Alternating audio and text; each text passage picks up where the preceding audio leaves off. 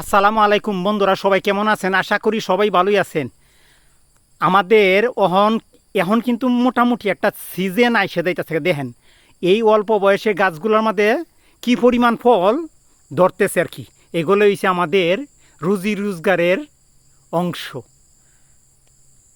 চতুর্দিক দিয়ে ফল আর ফল, ফলের বোঝা যায় বন্যা বয়ে গেছে গা। এই ফলগুলা বোঝা যায় যে একবার কাছে তাহার কারণে অনেক সময় আমরা কিন্তু হাত দিয়েও অনেক সময় এই বীজগুলা নিয়ে থাকি আর কি। আর বীজগুলো দেখেন কত বড় বড় ফল, যদি হৃষ্টপুষ্ট হয় আর কি, কোম্পানি কিন্তু অনেকটা ভালো হয় আর কি। কারণ হচ্ছে যত ওজন হবে ততই কিন্তু ফলটা হৃষ্টপুষ্ট এবং তেলও কিন্তু বেশি হবে আর কি। দেখেন গাছটা চতুর্দিক থেকেই ফলগুলা হয়েছে আর কি।